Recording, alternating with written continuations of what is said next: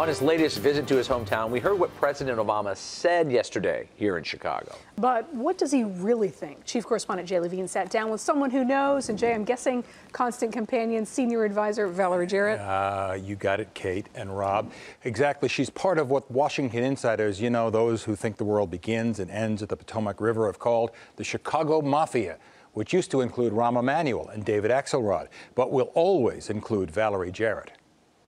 Valerie Jarret is part advisor, part sounding board, lifelong friend, 100% loyal, visiting with us today to talk about how the president first viewed his private meeting with Archbishop Blaise Cupich. The White House got a hold of me, I think, on Saturday. So when the president arrived, Cupich was waiting. We talked about immigration and about some of the things that are challenges. He looks forward to having a strong working partnership with us, so that's terrific news from our perspective. Not terrific was the reception the president's remarks got from several audience members. Listen, hold on. The president unable to stop them, unwilling to call in security. To me, that was unprecedented. But remember, Jay, he started as a community organizer, and so he understands exactly what their motivation was. It's a short-term solution. It's not a permanent fix. It prioritizes the deportation of felons and not families.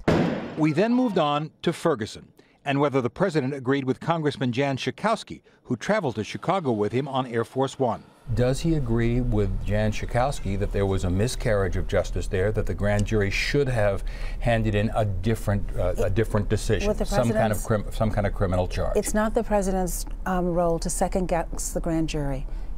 He believes that we are a system that goes by rules and justice. His job, she added, is to deal with the mistrust which spawned local and nationwide protests following the decision. I wouldn't frame it as a part of his legacy. It's a part of what he thinks the American people sent him to do while he's the president of the United States.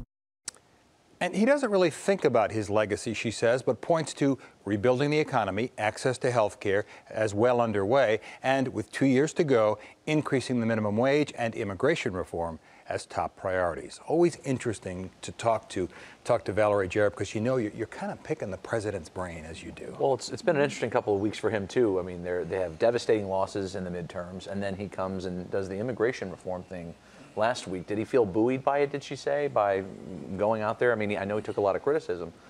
Well, I mean, she said they got up the next morning after the midterms and the losses, and he says we can do two things. We can go into a shell and we can forge ahead with what our priorities are. And she said, he gets up every day thinking about what's ahead, not what happened before. Okay. All right. Thank you, Jay.